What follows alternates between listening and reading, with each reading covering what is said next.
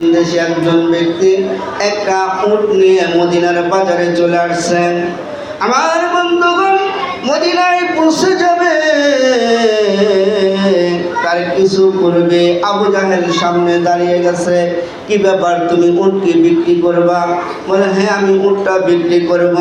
বলে, ঠিক আছে, তোমার উটটা আমি ক্রয় করে নিলাম, তবে তোমার অর্থগুলো এই মুহূর্তে দিতে পারবো না। তুমি অমুক সময় অমুক জায়গায় আসো, আমি এই উটের বিনিময়ে তোমাকে পূরণ করে দেব। আবু জাহেলের একটা উট, বাকিতে একটা উট কিনছেন। এরকম মানুষ আছে না নাই, যে রাস্তার মাঝখানে কিনছে, তুমি বাজারে আসো, বাজারে আসলে পারি তোমাকে আমি টাকা পরিশোধ করে দেব। তা আবু জাহেল রাস্তার মাঝখান থেকে উট কিনছেন।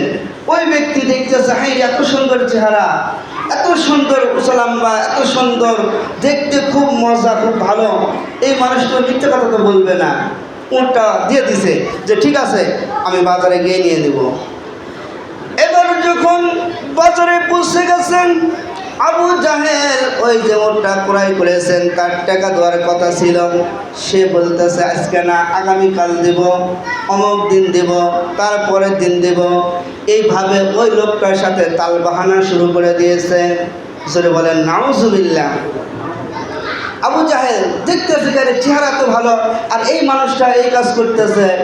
সে বলল, যা বাজারে আসো, তোমাকে আমি টাকা দিয়ে দিব। অথচ আমি বাজারে পৌঁছে গেলাম, আমাকে টাকা দেয় না, বলতেছে অমুক দিন আসো, অমুক দিন আসো। এরকম চরিত্রের মানুষ আছে না নাই? কথা বলেন, আছে না নাই? যে মানুষকে কষ্ট এমনিতে তো বাকি দিয়েছে, একটা বিশ্বাস ছিল, আবার আজ না কাল, কাল পরের দিন, এরকম তাল বাহানা শুরু করে দিয়েছে। ওরা হচ্ছে আবু জাহেলের পিতাত্তা, আবু জাহেলের বংশধর, যারা এরকম মানুষের সাথে ব্যবহার করে। আমরা মোটামুটি আমরা ভালো আছি ইনশাল্লাহ, কি বলেন? আমরা তো ভালো আছি।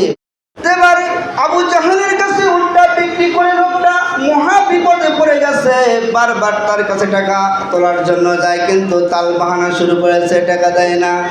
এবার লোকটা চিন্তা করে কার কাছে গেলে টাকাটা আদায় করা যায়।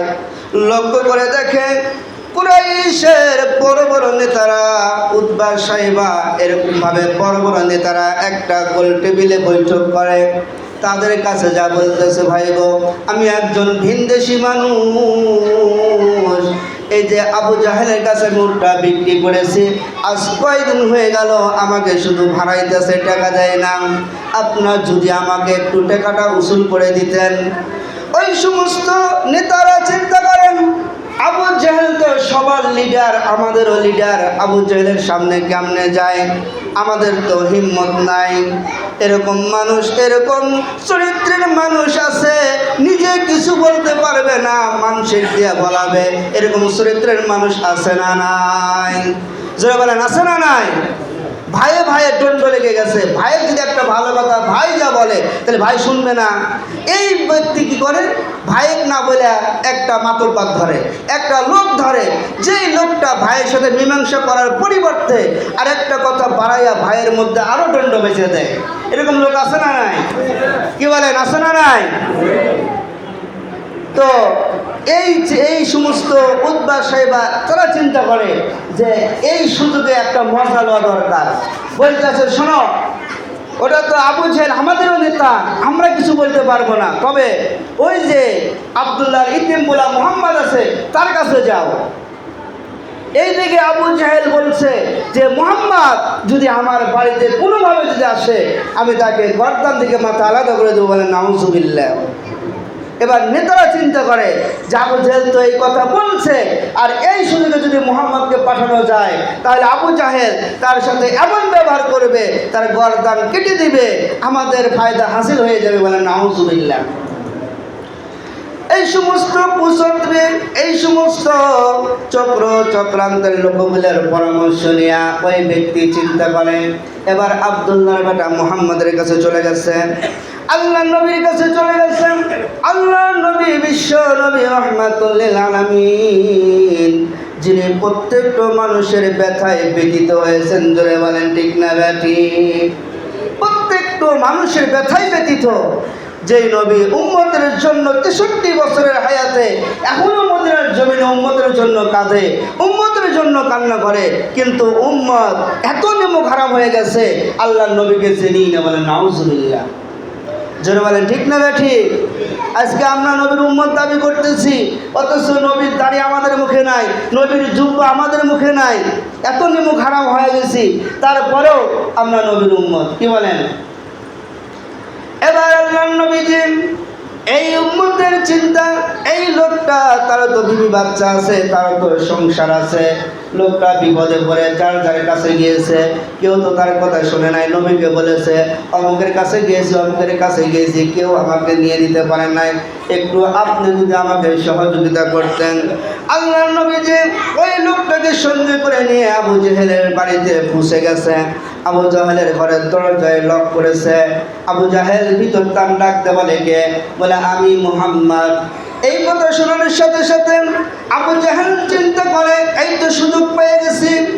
আমার মুসলমান বন্ধুগণ, ঘরের ভিতর টান তলোয়ার নিয়ে দরজায় যখন বের হয়ে গেছে, এমনি মিন টাইমে আমার আল্লাহ রাব্বুল আলামিন সাথে সাথে কুদরতিভাবে একটা উট হাজির করে দিয়েছে। আবু জাহেল দরজা খোলার সাথে সাথে ওই উটটা পর হা করে ডাক দেবেন, আবু জাহেল তুই আমার মুখের মধ্যে যাবি না এই ব্যক্তির ঋণ পরিশোধ করে দিবি। এবার আবু জাহেল এত ভয় পাইছে, সাথে সাথে ডাকতে বলতেছে, মুহাম্মদ দেরি করো, আমি এখনই তার ঋণগুলো পরিশোধ করে দিচ্ছি। বলেন সুবহানাল্লাহ। সাথে সাথে দরজা খুলে টাকা নিয়ে এসে নবীর হাতে দিয়া বলতেছে, মুহাম্মদ এবার যাও। সুবহানাল্লাহ সুবহানাল্লাহ। এবার উম্মা সাহেবা দূর থেকে দেখতেছে কি ব্যাপার, যাকে মারার কথা, যাকে গালি দেওয়ার কথা, আর আবু জেহেলকে কি করলো? আবু জেহেলকে একটা কাজ করলো। পরবর্তীতে আবু জাহেলকে ডাক দিয়ে বলতেছে, নেতা আপনি এরকম ব্যবহার করলেন, এইটা তো আমাদের বোধগম্য ছিল না, এইটা তো আমাদের কাছে চাওয়া ছিল না। তো আবু জাহেল ডাকতে বলতেছে যে, হে হাম্মুকের ঘরের হাম্মুক, তুই জানিস ওই সময় আমি এত ভয় পেয়ে গেছি যে আমি যদি ওই টাকা না দিই সাথে সাথে আমাকে উট খেয়ে ফেলবে। এই ভয়ের কারণে আমি তাড়াতাড়ি টাকাগুলো দিয়ে দিয়েছি। সুবহানাল্লাহ। সম্মানিত হাজরিন, আসুন আমাদের এই আখলাক, আমাদের এই চরিত্রগুলো পরিবর্তন করতে হবে। ওইরকম যদি নিফাকিওয়ালা যদি আমাদের চরিত্র থাকে, আমরা নামাজ পড়তে আসছি, আমরা ইবাদত বন্দি করতে আসছি, আর ভিতরে যদি কুফরি থাকে, ভিতরে যদি মুনাফিকি থাকে, তাহলে তাদের যেই পরিণতি হয়েছে আমাদেরও সেই পরিণতি হবে। আর দুঃখের সাথে বলতে হয়, দেখেন সেই বিলাল রাদিয়াল্লাহু তাআলা আনহুর বিরুদ্ধে যখন হাত তুলেছিল, তারা কেমন মানুষ ছিল, নবীর সামনের কাতারে ছিল। আজ বর্তমান ওই শ্রেণীর মুনাফিক লোক এখনো সমাজের ভিতরে আছে, যে এইটা ভালো লাগে না, ওইটা ভালো লাগে না। তোমার কাছে কি ভালো লাগে? তুমি তো নামাজ পড়তেই আসো না, তোমার কাছে কি ভালো লাগে? জোরে বলেন ঠিক না ব্যাটি? জোরে বলেন ঠিক না ব্যাটি? তো আল্লাহ পাক আমাদেরকে বোঝার মতো তৌফিক দান করুন। আল্লাহ পাক আমাদের খাঁটি নবীর উম্মত হওয়ার তৌফিক দান করুন। জোরে বলেন আমিন।